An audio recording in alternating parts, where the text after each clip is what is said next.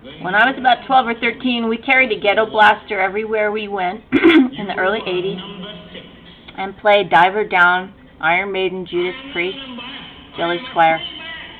I recommend ghetto blasters for these movements with real, with a beat, because people like walking to a beat, because what you want is marching. Now, I'm not crazy about Iron Maiden anymore. I mean,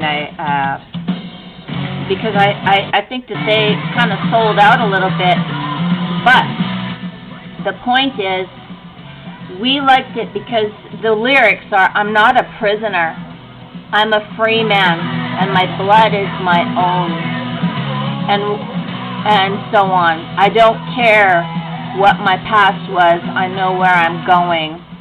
These are lyrics that people need in their little marches. But what I really want to talk about is this photo right here. It's a joke, it's a meme, but that's exactly how I feel about the average person, how they react. And that's very important. This woman here, I can't find it now. She did a test years ago, Jo Frost. She did some sort of a clinical test with some psychiatrist. And when they tested children's reactions after they were just playing some video games, they did half the group did play these violent video games, and the other half didn't, just played some easygoing tennis video games. Then they were, one by one, in front of a teacher, while the teacher was talking, or a counselor, by themselves. He dropped his pencils from off his desk in a cup. They were in a cup. And the kids that were just playing the easygoing video games, they immediately helped stoop to pick them up. They got off their chair and helped pick up all these dropped pencils. And the kids that were just playing the violent video games, when they saw him drop the pencils, they did nothing. They reacted like nothing. That's why they're hiding that. I don't know what TV show it was on, but I remember Jo Frost was there during this test.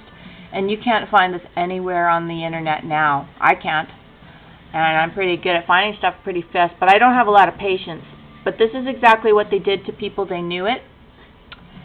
That what they want is to have people don't react. And that's part of what I got PTSD. I took a course in film and TV makeup from this big, well-known school in Vancouver, because I thought I was artistic at the time, and I thought, you know, I got a grant. But anyway, the point is, when we had to do the gore, we had to duplicate gore, blood, injuries.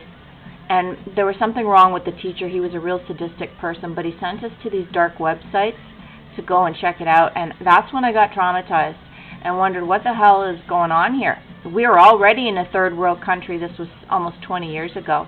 North America was already a third world country when all these things were happening. I can't even say what they were, but that's the websites on the dark web. We were supposed to, you know, research how to redo it. But anyways, the girls in the class that were young, that were already brainwashed by the technology and video games, they would look at these pictures of like a burned baby or something like that, and they would just say, oh, that's a good picture.